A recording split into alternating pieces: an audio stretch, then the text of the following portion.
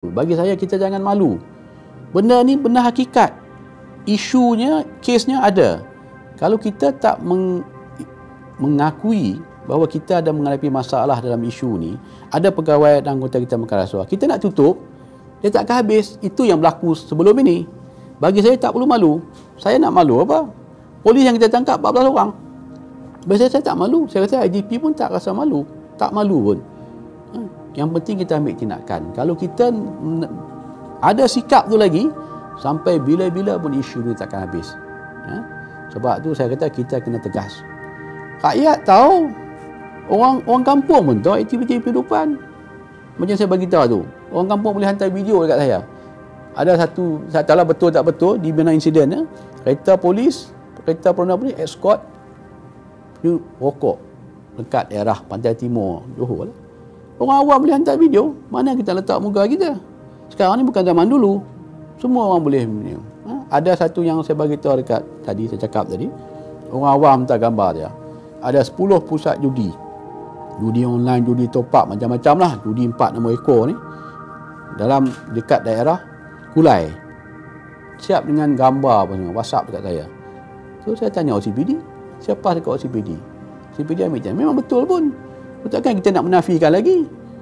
Kan? Kalau kita menafikan benda ni, kalau kita masih lagi rasa malu, kita nak melindungi pegawai dan anggota kita, sampai kiamat pun isu penyelewengan rasuah di kalangan agensi pengawas tak akan habis. Tak perlu dimalukan. Kita kena tegas. Kalau tak tegas, sampai bila pun tak habis. Sebab tu saya kata saya nak ambil tindakan.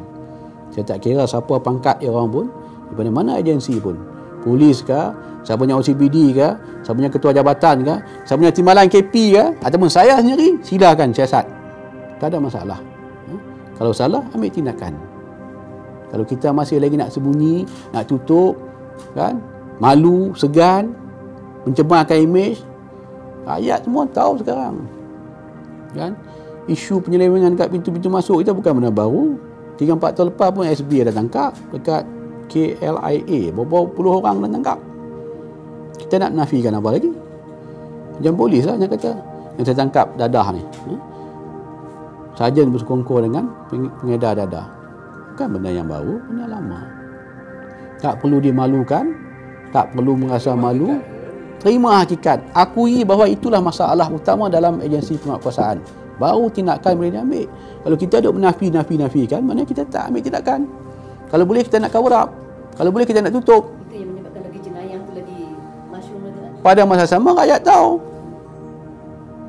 Tu saya rasa dah cukup lah. Cukup dengan cara lama, cukup dengan kaedah lama. Sikit-sikit nak malu, sikit-sikit nak segan, mencemarkan imej. Habis tu yang dia buat makan rasuah tak cemar imej. Kita tak ambil tindakan, tak cemar imej kita. Kan? Mungkin saya tegas atau saya kasar sikit pasal yang mana, tapi kalau tak ambil tindakan, sampai kiamat pun takkan habis isu ni. Datuk fokus pada jurung-jurung sekarang ni kan. Sebelum ni kita tu nak rasa lebih pada bilis, semua kan sekarang tu. So Datuk pernah mention Datuk hutan kan. So macam mana tu? Saya rasa hutan ni macam mana Datuk ni? Hutan ni banyak. Dulu waktu saya kat kaunter dia banyak lah, dengan Jemaah Islamiah lah, dengan Daesh lah, dengan arwah Muhammad Wandi lah, hantar orang SO apa ni, pantau pergerakan saya, jogging sebagainya. Tak sekali pun kena kan. Itu biasa. Orang hantar WhatsApp, orang hantar apa tu, apa dalam Facebook sebagainya kan. Tetapi yang dalam Johor ni yang saya terima setakat ni daripada Indonesia lah. Lepas saya tangkap tekong banyak ni kan. Adalah, saya nak cerita detail pun tak boleh. Tapi ada antara tekong-tekong yang top dekat Batam ni dah menyuarakan ketidakpuasan dia orang lah, kegusaran dia orang terhadap saya. Katanya ada Datuk ada polis India katanya. Polis India daripada Bukit Aman, Kampero datang ke sini kan. Untuk dia ni susah ni. Kita akan berada susah, tak boleh bergerak lah. So dia orang nak masuk pun tak boleh sebab kita dah tangkap tekong ni. Dia kalau penyeludupan ni, dia kena ada 2 package, yang nak balik dan yang nak datang. Sekarang ni yang datang, nak masuk ni ada, nak balik ni kita dah tangkap habis dah. So dia orang nak datang, tak ada orang nak bantu dia orang, tak ada rumah penampungan, tak ada tekong darat, tak ada. Jadi orang tak boleh buat. Masuk pun kena tangkap. So itu memang ada hutan lah. Dan bagi saya ugutan tu biasa. Macam saya cakap lah, kita bukan cakap polis ni memang semua orang kena terima ugutan lah. Kalau kita buat kerja yang lurus ni, banyak lah orang tak suka kan. So kemudian ugutan Jabatan Alim ada terima ugutan, orang jadi pensyarah pun ada ugutan, jadi imam orang ugutan. So jangan takut.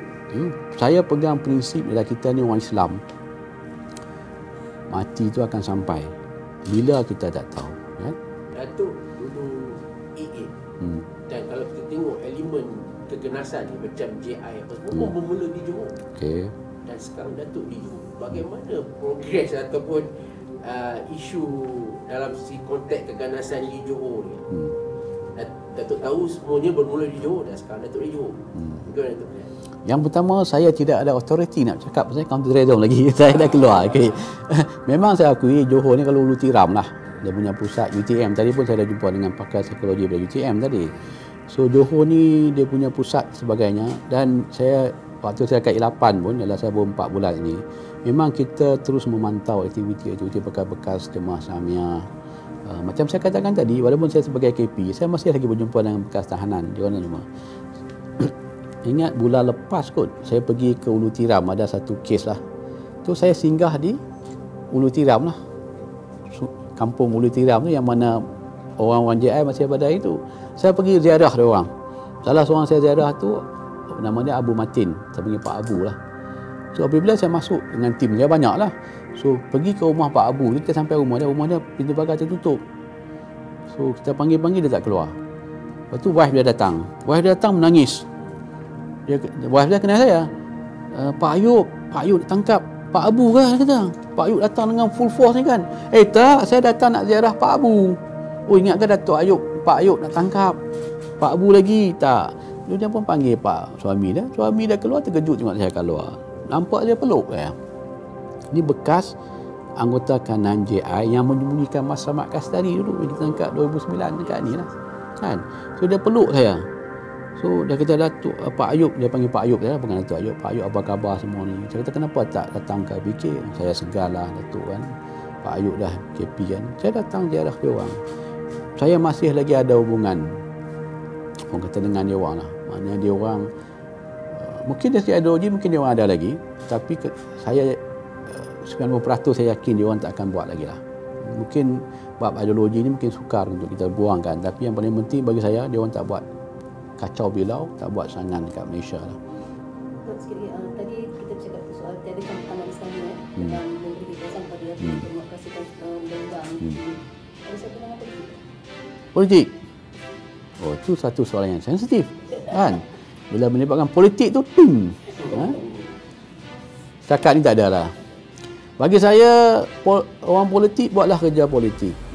Jangan mengganggu urusan polis. Polis ni kita pejabat awam. Kita menguat kuasa undang-undang. Kalau ada undang-undang, saya akan kuat kuasakan. Mungkin orang tak setuju.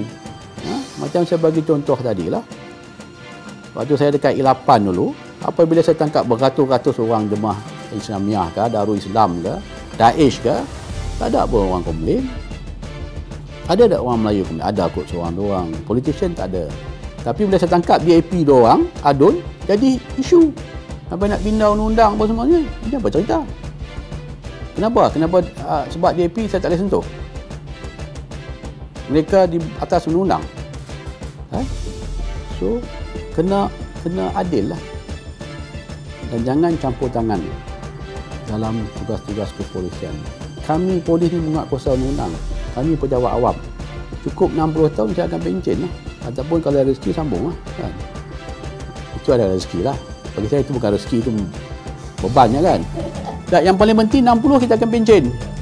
Kita serve government of the day. Mana-mana yang menjadi kerajaan kita akan serve. Kita tidak ada bias sebagainya. Ini pandangan yang mengatakan polis bias, polis itu. Ini tak betul kan? Biar polis menguat kuasa undang-undang. Kalau ada undang-undang, kalau undang-undang kata kamu memiliki bahan berkaitan dengan salah lah. Mungkin orang mengerti kan apa ni? Datuk buku je. Dalam KK tak ada kesalahan.